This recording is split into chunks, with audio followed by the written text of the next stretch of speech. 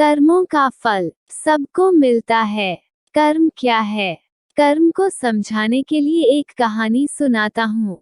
सेवा करते करते बरसों बीत गए। उसका परिवार कभी कभी यह भी सोचता था कि हम सब इतने प्रेम भाव से संत महात्मा और जरूरियातमंद लोगों की सेवा करते हैं, फिर भी हमारे परिवार में इस बच्चे के साथ ऐसा क्यों हुआ? इसका क्या दोष था जो वह अपाहिज है? एक दिन की बात है, जब संत महात्मा का सत्संग चल रहा था। हजारों लाखों श्रद्धालुओं उस सत्संग में बैठे हुए थे। संत महात्मा ने अपने प्रवचन पूरा करने के बाद कहा कि इस पूरे प्रवचन के विषय में अभी भी किसी के मन में कोई शंका हो तो वे बताए। हजारों लाखों श्रद्धालुओं के बीच उस अपाहिज पुत्र के पिता ने संत महात्मा से एक सवाल किया कि हे महात्मा, हम सब निस्वार्थ भाव से जरूरियातमंद लोगों की सेवा करते हैं और हमारा पूरा परिवार अहिंसा के मार्ग पर चलता है। कभी भी किसी के बारे में बुरा नहीं सोचते हैं, न ही किसी का बुरा करते हैं।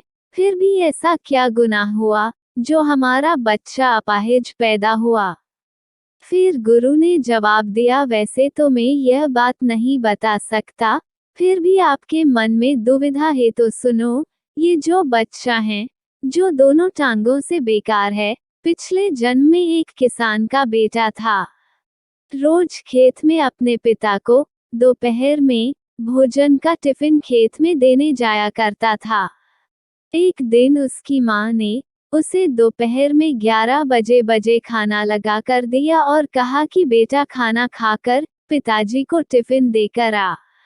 इसकी माँ ने खाना परोसकर थाली में रखा कि इतने में उसके किसी दोस्त ने आवाज लगाई तो ये खाना वही छोड़कर अपने दोस्त से बात करने बाहर चला गया। इतने में ही एक कुत्ता घर में घुस आया और उसने थाली में मुंह डाला और रोटी खाने लगा।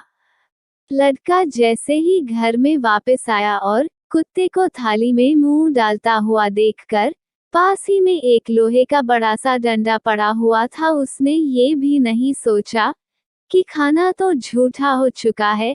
बिना सोचे समझे उस कुत्ते की दोनों टांगों पर इतनी जोर से लोहे का डंडा मारा कि वो कुत्ता अपनी जिंदगी में जब तक जिंदा रहा, दोनों पैरों से बेकार होकर घसीटते घसीटते जिंदगी जिया और तड़प तड़प कर मर गया। यह उसी कुत्ते की बददुआ का फल है जो इस जन्म में ये दोनों टांगों से अपाहिज पैदा हुआ है।